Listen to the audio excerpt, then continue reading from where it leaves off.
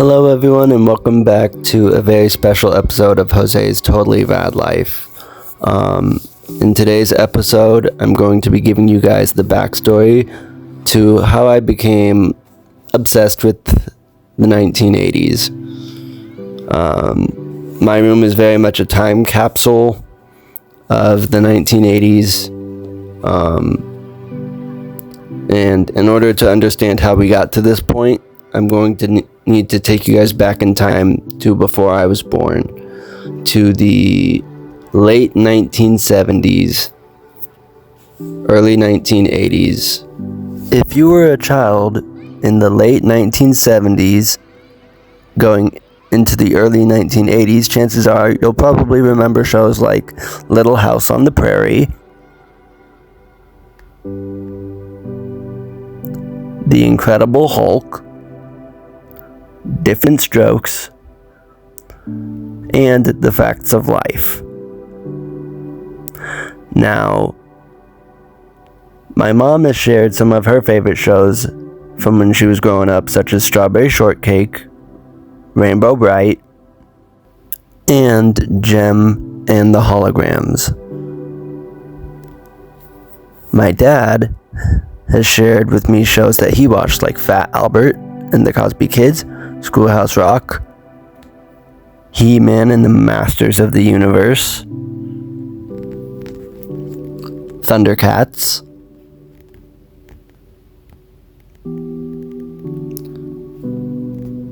G.I. Joe,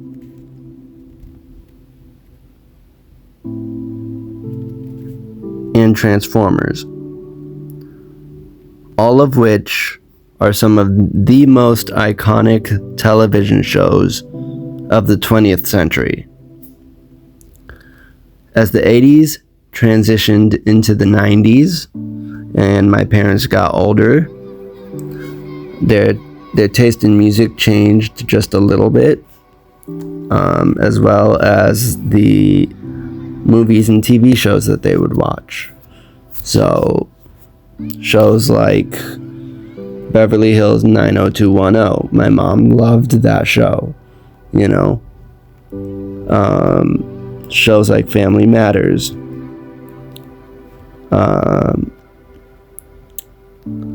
Other shows like Step by Step.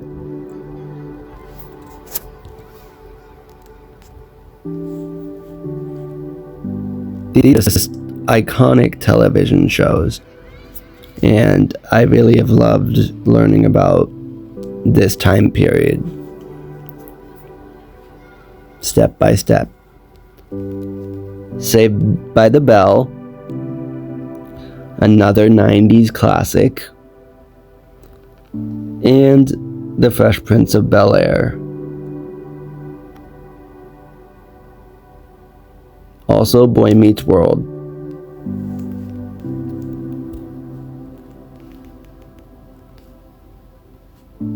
These shows defined an entire generation. And then lastly, Friends. I just finished binge watching this show recently and I loved it. So that covers the 70s, 80s, and 90s going into the 2000s at the turn of the millennium. Now, the shows that you are currently seeing on screen are shows that I watched when I was a child, and these are some of my favorite shows. It was really something special to be able to experience watching the Michael Bay version of Transformers with my dad in the movie theaters when it came out.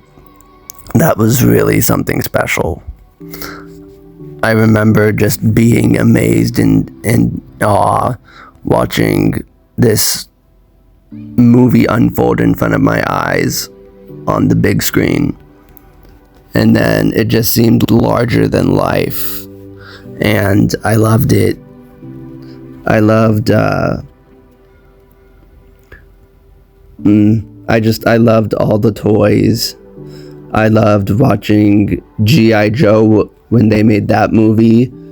It was so much fun.